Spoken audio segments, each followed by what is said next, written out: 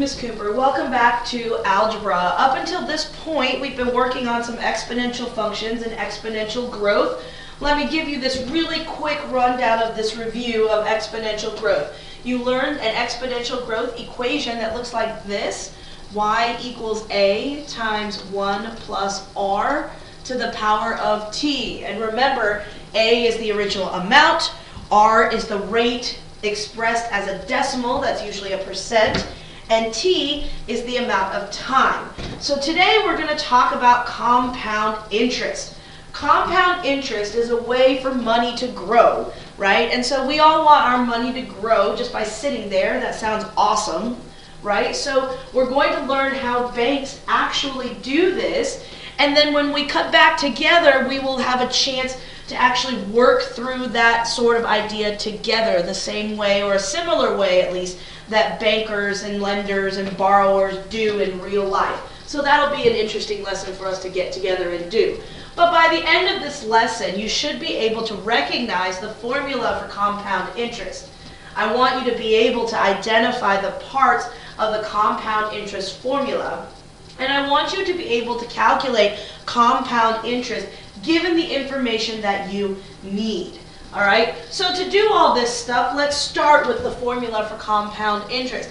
It's going to look really similar to your formula for exponential growth, and it's actually even going to have a lot of the same parts.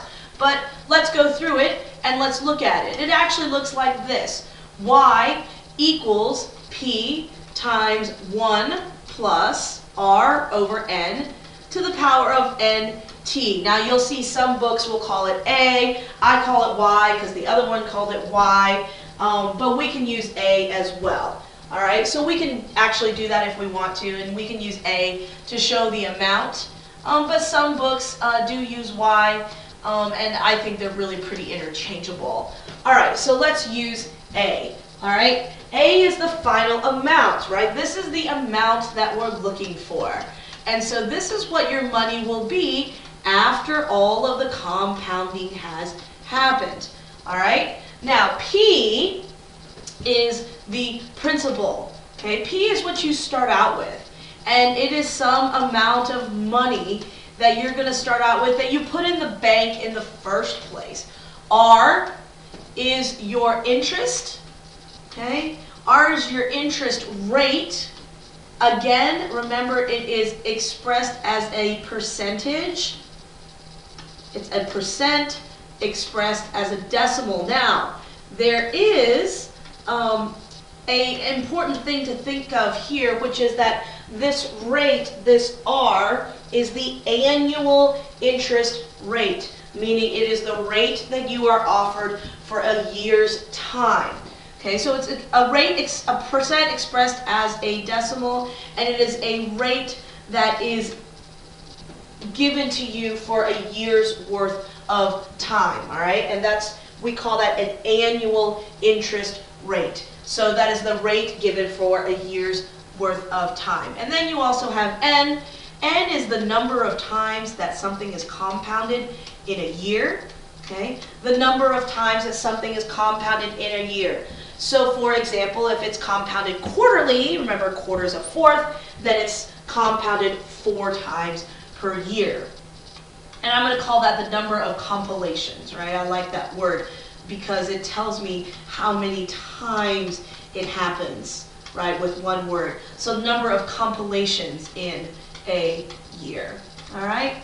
And then T finally is time. T is time. I'm going to switch colors here.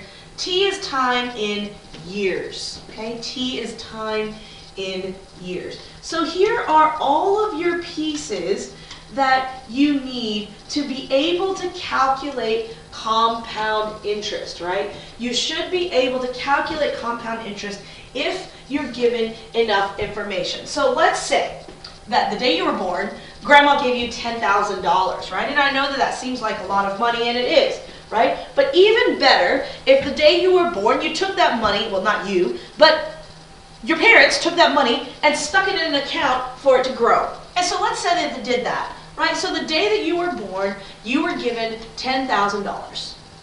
And it was put into a fund that calculated an amount of interest. Let's say that it was 6% interest, okay, annually. So we'll just start for now with it being compounded once per year. So I'm going to put interest annually. Annually, of course, means once per year, okay? All right, now, let's say that you're now 15 years old. So T then, okay, you're 15 years old. So T then equals 15. If you're 15 years old, okay, what if I ask you this question? How much money do you have now in that account? Assuming you don't put anything else in there. Well, let's look at our formula. The amount equals the principal times 1 plus the rate over the number of times it's compounded, times the number of times it's compounded per year, times the time in years. Okay, so my amount, we don't know. We're going to calculate that. But my principal is 10,000.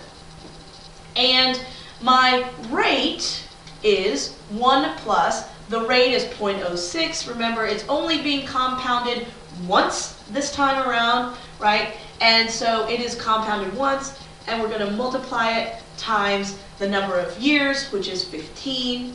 Okay, so my formula then looks like this, 10,000. 1 plus 0.06 to the power of 15. So at this point, we are going to have to turn to our calculator. Your calculator will look something like this. And so what we're going to do is we're going to go ahead and add the 1 plus the 0.06. And you should be able to do that. So let's go ahead and add the 1 plus the 0.06.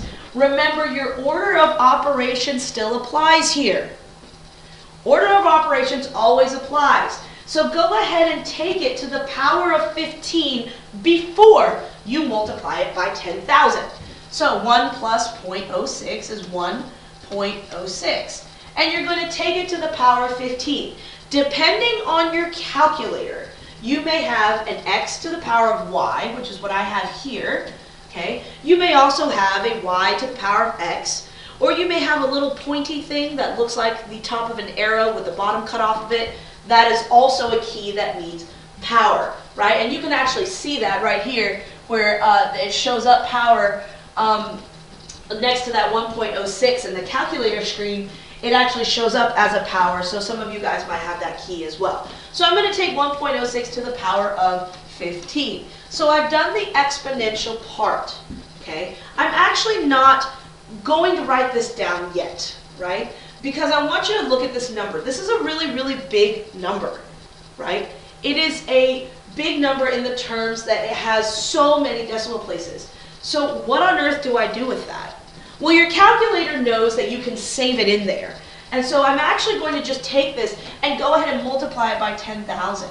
And the reason I like to do that is because that gives me a level of precision that I do not get when I round.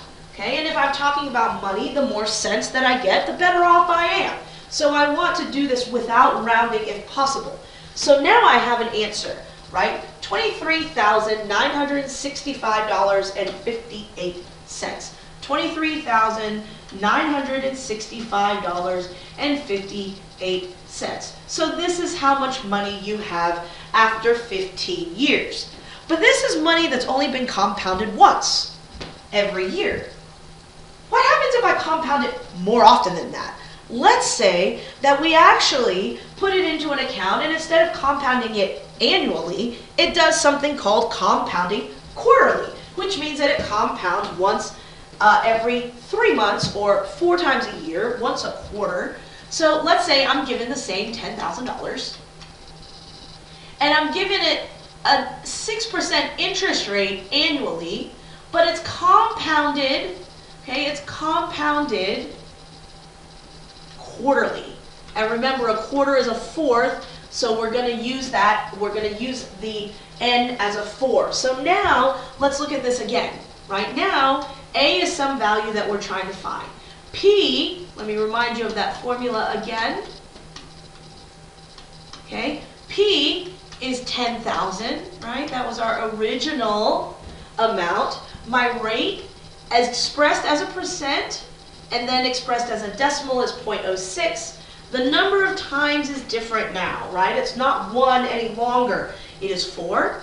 But let's say you are still 15 years old. So let's go ahead and put this together. The amount that I'm trying to find is 10,000 times 1 plus 0.06 over 4 to the power of 4 times 15.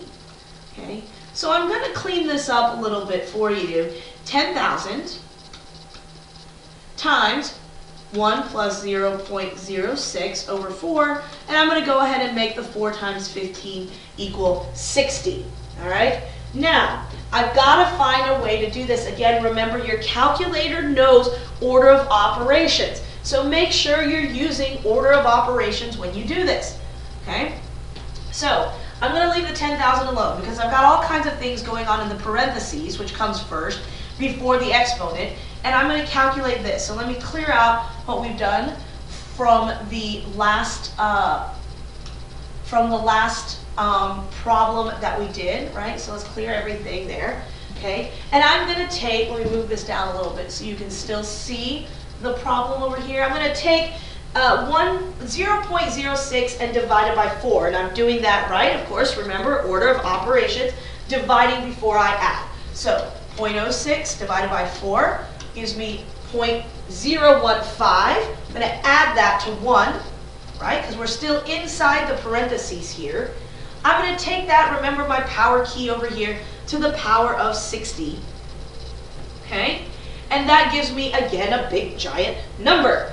I'm going to take that and I'm going to multiply it by 10,000.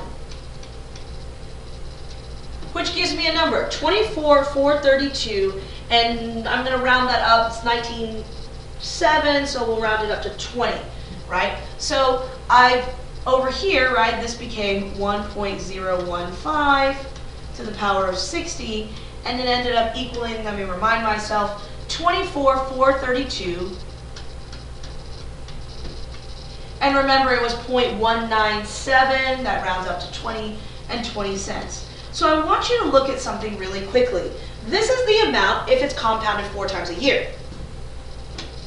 Remember our last amount? Remember this one?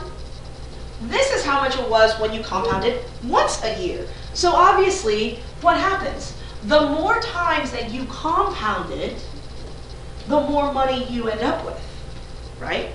And so when we get back together and I get to see you again, then we're going to work together to see how this really works, right? How do we compound things in a way that we get the most bang for our banking buck, that we put money in and get the most out? All right, so I can't wait to see you soon, and we'll get together and work on that together.